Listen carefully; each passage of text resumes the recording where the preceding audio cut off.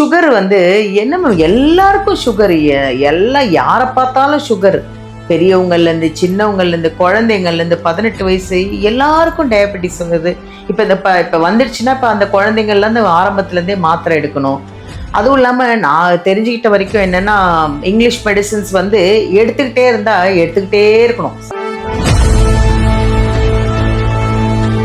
நிறைய பேருக்கு சுகர் இருக்கு. 25 இயர்ஸ்ல 30 இயர்ஸ்ல இப்போ 35 இயர்ஸ்ல வராங்கன்னா நான் 10 வருஷமா சுகர் ட்ரீட்மெண்ட் எடுத்துட்டு இருக்கேன்னு சொல்லுவாங்க.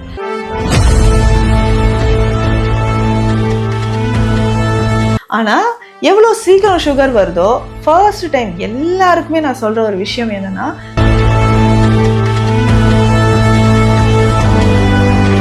மருந்துகளாக நம்ம எடுக்கும்போது சுகர் நல்லாவே நமக்கு கண்ட்ரோல் ஆயிட்டு குறைய வந்துருதுன்னு சொல்லலாம். ஸோ மெயினாக சுகர் இருக்கிறவங்க சாப்பிட வேண்டிய உணவுன்னு சொல்லும்போது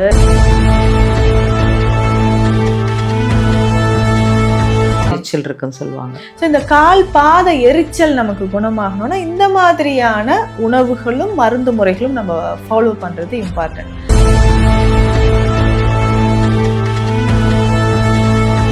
சேர்த்து எடுக்கும்போது சுகர்னால வரக்கூடிய சைடு எஃபெக்ட்ஸ், இந்த நரம்பு தான் அதிகமா பாதிக்கப்படுது. டயபெட்டிக் ரெட்டினோபதி சொல்லுவாங்க.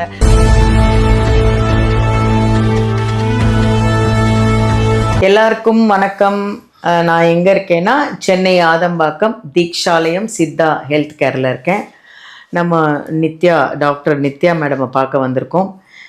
ஒரு வாட்டியும் ஒரு விஷயங்கள் வந்து நிறைய பேருக்கு தெரியாத விஷயங்களை நாங்கள் நிறைய தெரிய வச்சுருக்காங்க டாக்டர் மேமு. அதாவது நிறைய பேருக்கு வந்து என்னென்னா, இதுக்கு என்ன ட்ரீட்மெண்ட்டு, இதுக்கு என்ன சொல்யூஷன் ஒன்றுமே தெரியாமல் இந்த வியாதி வந்து அப்படியே வச்சுருந்து அப்படியே முத்தி போய் அப்புறமா ட்ரீட்மெண்ட்டுக்கு போய் ஒன்றும் பிரயோஜனம் கிடையாது. அதுலேயும் நிறைய டாக்டர்ஸ் இருக்காங்க. பட் நான் எங்கே போகிறதுனே நிறைய பேருக்கு தெரியறதில்ல. எதுக்கு ட்ரீட்மெண்ட் எடுத்துக்கிறோன்னு தெரியாமல் உடம்பும் நல்லா ஆகாமல் அப்படிலாம் இருக்கிறவங்களாம் நிறைய பேர் இருக்காங்க.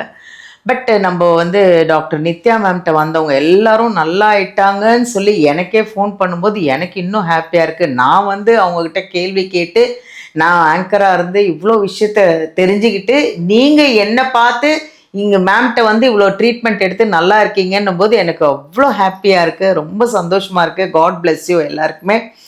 இப்போ இன்றைக்கி வந்து என்ன டாபிக்னா, நம்ம வந்து சுகர் பற்றி பேசுகிறோம்.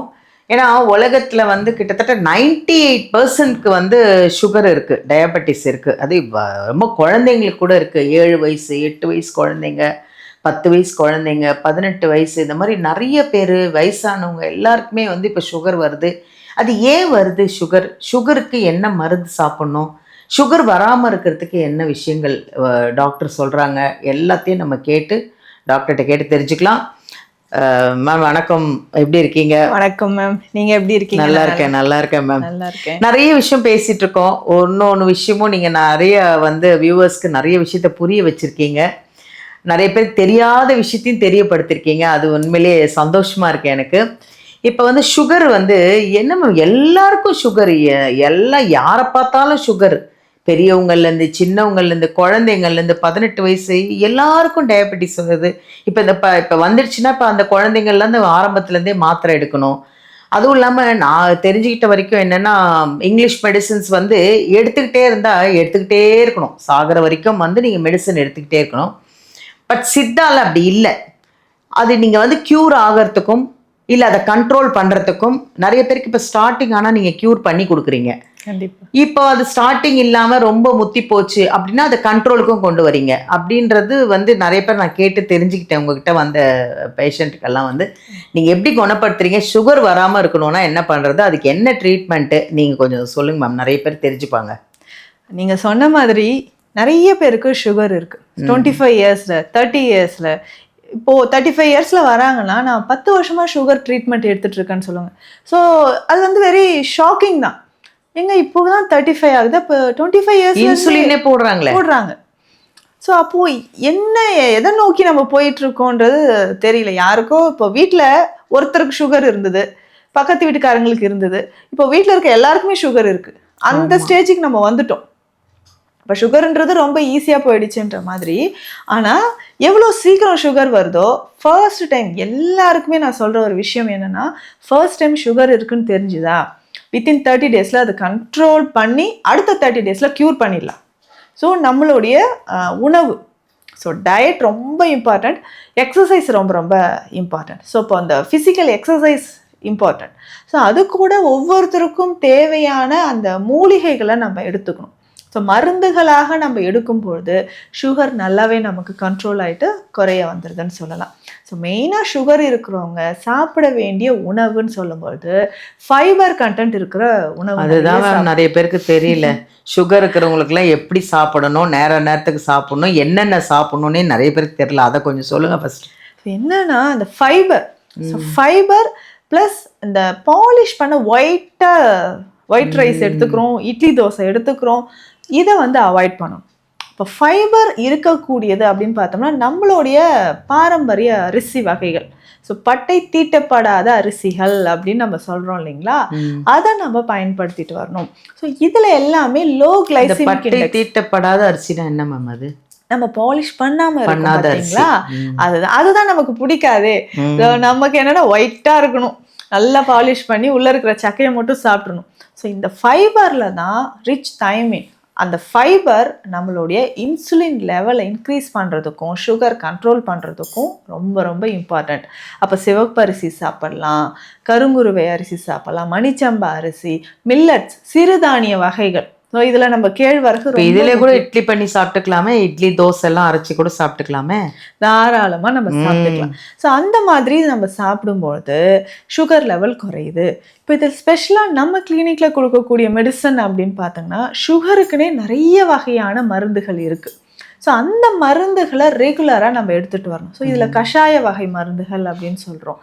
மதுமேக குடிநீர் சூரணம்னு இருக்குது. மதுமேகம்னா சித்த மருத்துவத்தில் இந்த நீரிழிவு நோயை தான் சொல்கிறோம், சுகரை தான் நம்ம சொல்கிறோம். ஸோ அது மாதிரி நம்ம சாப்பிடக்கூடிய உணவில் கசப்புத்தன்மை இருக்கக்கூடிய உணவுகள் நிறைய எடுத்துக்கணும். ஸோ கசப்பாக இருக்கட்டும், துவர்ப்பாக இருக்கட்டும், உணவில் சேர்த்து எடுக்க நமக்கு என்ன ஆகுனா பிளட் சுகர் லெவல் நல்லாவே குறைய ஆரம்பிக்குது. ஸோ அப்போ ரெகுலராக இதை நம்ம ஃபாலோ பண்ணிக்கிட்டே வரணும் அப்படின்றது முக்கியம். இதில் முக்கியமாக சுகர் பேஷண்ட்ஸ் வந்து பேசிக்காக நைட்டில் வந்து கடுக்காய் பொடி சாப்பிட்றேன் அப்படின்னு சொல்லுவாங்க. ஸோ அதே மாதிரி மருதம்பட்டை, மாவிலங்கப்பட்டை, அசோகப்பட்டை, முக்கியமாக நாவல் மரத்தோட பட்டைகள், இதிலிருந்து செய்யக்கூடிய கஷாய மருந்துகளை நம்ம எடுக்கும்பொழுது கொஞ்சம் கொஞ்சமாக சுகர் லெவல் நமக்கு நல்லா கண்ட்ரோல் ஆகுதுன்னு சொல்லலாம். ஸோ அப்போ இது எல்லாமே துவர்ப்பு சுவை இருக்குது இல்லைங்களா, அந்த துவர்ப்பு சுவை தான் நம்மளுடைய பிளட் சுகர் லெவலை கண்ட்ரோல் பண்ணும். சுகர் இருக்கிற நிறைய பேருக்கு காலில் வந்து ஒரு நம்னஸ் இருக்குது. ஆமாம், வலிக்கும், வலியும் சொல்லுவாங்க சில பேர். கால் பாத எரிச்சல் இருக்குன்னு சொல்லுவாங்க. ஸோ இந்த கால் பாத எரிச்சல் நமக்கு குணமாகணும்னா இந்த மாதிரியான உணவுகளும் மருந்து முறைகளும் நம்ம ஃபாலோ பண்ணுறது இம்பார்ட்டன்ட். அது முக்கியமாக வாக்கிங். ஸோ சுகர் பேஷண்ட்ஸ் வந்து நான் நடக்கிறேன், எனக்கு சுகர் குறையில, நீங்கள் நடக்கலாம், ஒரு 20 to 30 நிமிடங்கள் ஒரு நாளைக்கு நடக்கலாம். ஆனால் அந்த உணவு முறைன்னு சொல்கிறது இம்பார்ட்டன்ட், ரொம்ப முக்கியமானது. ஸோ அந்த உணவு முறையில் அந்த காய்கறி வகைகளை செலக்ட் பண்ணி சாப்பிடணும். ஸோ நீர் சத்து இருக்க காய்கறிகள், ஃபைபர் கண்டென்ட் இருக்கிறது, ஸோ இந்த கோவக்காய், கொத்தவரங்காய், நம்மளுடைய நாட்டு காய்கறி வகைகள் ரொம்ப ரொம்ப முக்கியம். ஸோ நல்லா பாயில் பண்ணி அந்த காய்கறிகள் உள்ளே சாப்பிடும்பொழுது சுகர் லெவல் நமக்கு பெஸ்ட்டாக நமக்கு குறைய ஆரம்பிச்சிடுது. ஸோ ரெகுலராக இந்த மாதிரியான டயட் பேட்டர்ன், இந்த அரிசி வகைகள், சித்த மருத்துவத்தில் இன்னும் நிறைய மருந்துகள் இருக்குது. ஸோ அது ஒவ்வொருத்தருக்கும் ஏற்ற மாதிரி இந்த கற்ப மருந்துகளோ குரு மருந்துகளோ சேர்த்து எடுக்கும்போது சுகர்னால வரக்கூடிய சைடு எஃபெக்ட்ஸ், இந்த நரம்பு தான் அதிகமாக பாதிக்கப்படுது. ஸோ டயபெட்டிக் ரெட்டினோபதி சொல்லுவாங்க, கால் பாத எரிச்சல், ஒரு சிலருக்கு வந்து வெயிட் போட்டே போகும், சிலருக்கு வெயிட் குறைஞ்சிக்கிட்டே தேஞ்சிக்கிட்டே போவாங்க. ஸோ இந்த மாதிரியான கம்ப்ளைண்ட்ஸ் எல்லாமே நம்ம சரி பண்ணுறதுக்கு சித்த மருத்துவத்தில் நிறைய மருந்துகள் இருக்குது, அதையும் நம்ம பயன்படுத்திக்கலாம். Thank you ma'am. ஏன்னா எல்லாருக்கும் சுகர் இருக்குது, சுகருக்கு எப்படி குணப்படுத்துறது, சுகருக்கு என்ன பண்ணுறதுன்னு தெரியாமல் நிறைய பேர் தவிச்சிட்டு இருக்காங்க. அதுக்கு ஒரு நல்ல ஒரு சொல்யூஷன் கொடுத்தீங்க. தேங்க்யூ. வியூவர்ஸ், உங்களுக்கு வந்து தெரிஞ்சிட்ருப்பீங்க. ஏன்னா சுகர் எல்லாருக்கும் இருக்குங்க, 98% இருக்குன்னு சொல்கிறேனே, அதான் சுகர். யாரை கேட்டாலும் சுகருன்றாங்க. சுகர் வராமல் இருக்கிறதுக்கு என்ன, சுகர் வந்துட்டால் அதை எப்படி பார்த்துக்கணும், எப்படி கண்ட்ரோல் பண்ணணும், ஸ்டார்டிங்கில் வந்துட்டிங்கன்னா சரி பண்ணிவிடுவாங்க.